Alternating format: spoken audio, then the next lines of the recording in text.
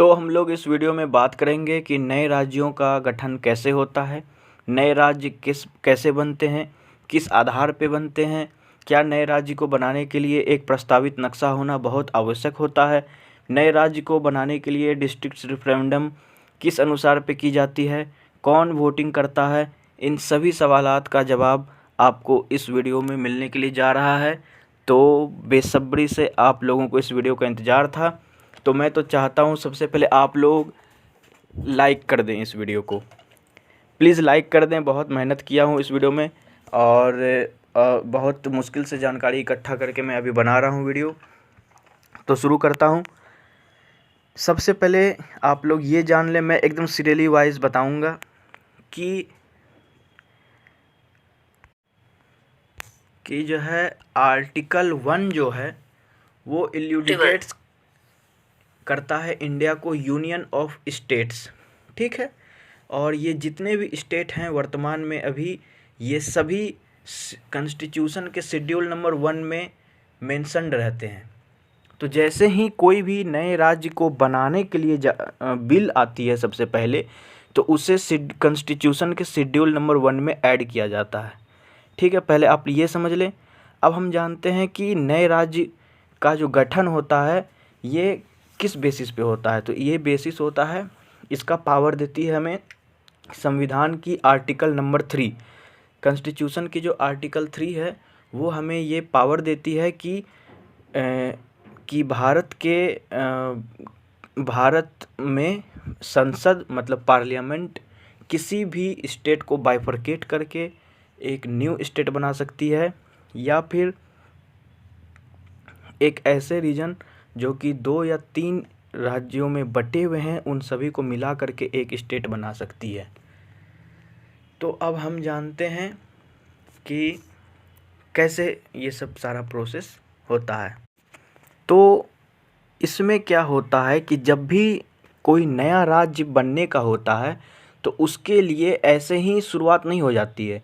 शुरुआत होती है पहले प्रेसिडेंट को उस स्टेट के स्टेट लेजिस्लेचर में मतलब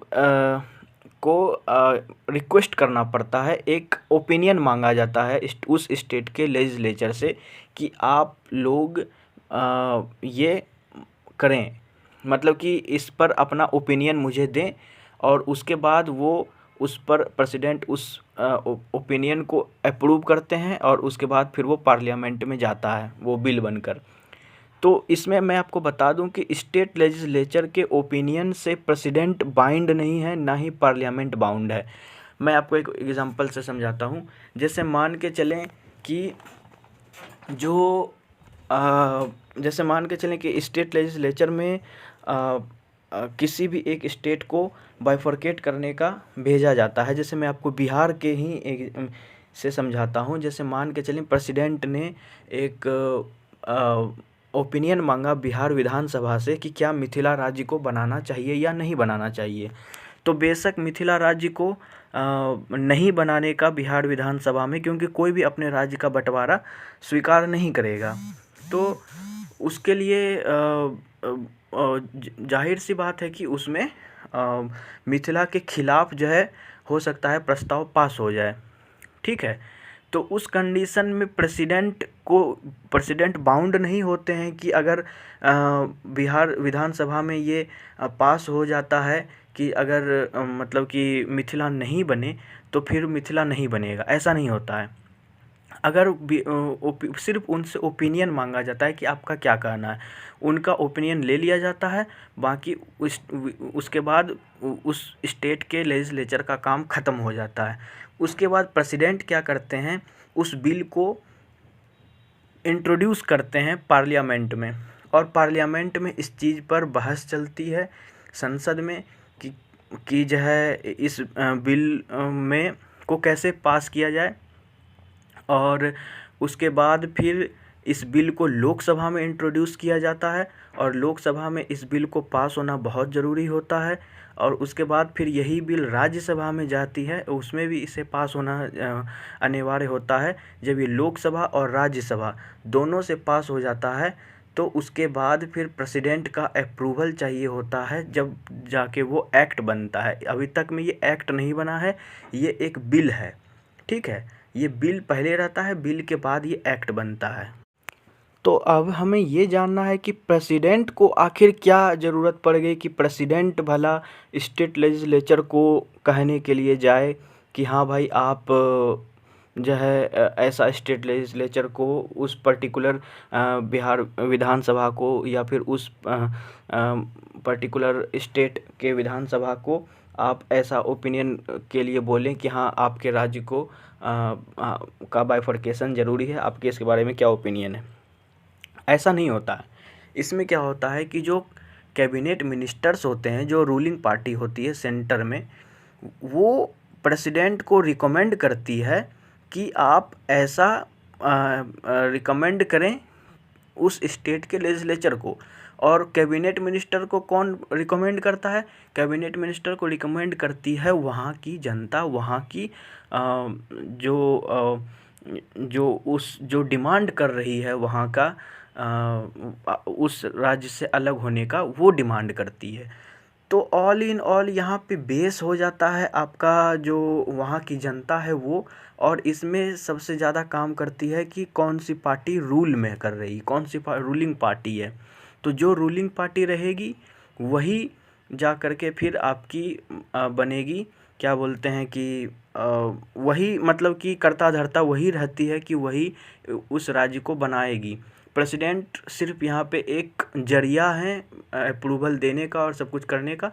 बाकी टोटल चीज़ जो होती है वो क्या बोलते हैं अरे प्राइम मिनिस्टर और कैबिनेट मिनिस्टर के ही हाथ में रहता है, सिर्फ अप्रूवल प्रेसिडेंट करते हैं, ठीक है। तो अब यहाँ पे क्वेश्चन आता है कि क्या जो मतलब कि अगर मान के चलें कि भागलपुर और मुजफ्फरपुर की जनता मांग नहीं कर रही है या फिर किसी पर्टिकुलर डिस्ट्रिक्ट की जनता मांग नहीं कर रही है, और अगर बिल पास हो जाता है कि मिथिला स्टेट बनेगा, तो फिर क्या उनको जबरन जाना पड़ेगा? देखिए ऐसा नहीं होता है। सबसे पहले तो जब ये बिल पार्लियामेंट में इंट्रोड्यूस होता है, एक्ट बनने के पहले तक क्या होता है कि इस पे सोच विचार विमर्श किया जाता है। पहले तो ये बिल पास होने के पहले कुछ भी नहीं होता है।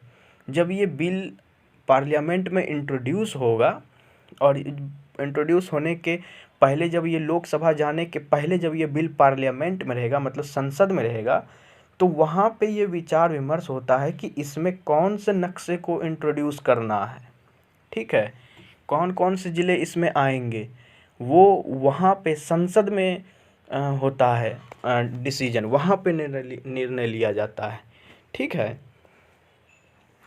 और वहाँ पे निर्णय में लेने में यदि परेशानी होती है, अगर मिनिस्टर नहीं ले पाते हैं डिसीजन अच्छे से, तो रिफरेंडम किया जाता है उस कंडीशन में, मतलब वोटिंग कराई जाती है उस ज़िले में जहाँ पर मतलब कि आशंका हो कि यहाँ पे यहाँ की जनता क्या चाहती है, तो उस ज़िले में करवाई जाती है, ठीक है। तो ऐसा नहीं है कि यदि आप भागलपुर की जनता मिथिला में नहीं जाना चाहती है तो उसे ज़बरन जाना पड़ेगा, ऐसा नहीं होगा, ऐसा बिल्कुल भी नहीं होगा। वो टोटली जनता के हाथ में होता है, ठीक है। उसके बाद क्या होता है कि अब मान लें कि ठीक है, नए स्टेट का तो ये सब हो गया, तो एक्ट जब ये लोकसभा पार्लियामेंट से पास हो जाएगा, सबसे पहले मैं क्रोनोलॉजी समझा देता हूँ आपको। सबसे पहले जो वहाँ की जनता है वो डिमांड करेगी कैबिनेट मिनिस्टर से, रूलिंग पार्टी से, और उसके बाद फिर वो प्रेसिडेंट को सुझाव देंगे कि वो ऐसा जो कंसर्न स्टेट लेजिस्लेचर है वहाँ पर उससे वो ऐसा ओपिनियन मांगे। उसके बाद उनको ओपिनियन का टाइम दिया जाता है कि आप इतने स्पेसिफिक टाइम लिमिट के अंदर अपना ओपिनियन दें, लेकिन उससे प्रेसिडेंट और लोकसभा पार्लियामेंट कोई भी बाउंड नहीं होता है। उनका जो भी डिसीजन होता है स्टेट लेजिस्लेचर से, उस पर प्रेसिडेंट अपना मतलब कि उससे कोई मतलब नहीं होता है। उसके आने के बाद प्रेसिडेंट उसे अप्रूव करते हैं और उसे फिर पार्लियामेंट में भेज देते हैं। पार्लियामेंट में टोटल नक्शा को विचार विमर्श किया जाता है। उसके बाद इस एक बिल बनाया जाता है, उस स्टेट रीऑर्गेनाइजेशन बिल। जैसे मान के चलिए कि झारखंड का बनने वाला है, तो बनेगा झारखंड स्टेट रीऑर्गेनाइजेशन बिल।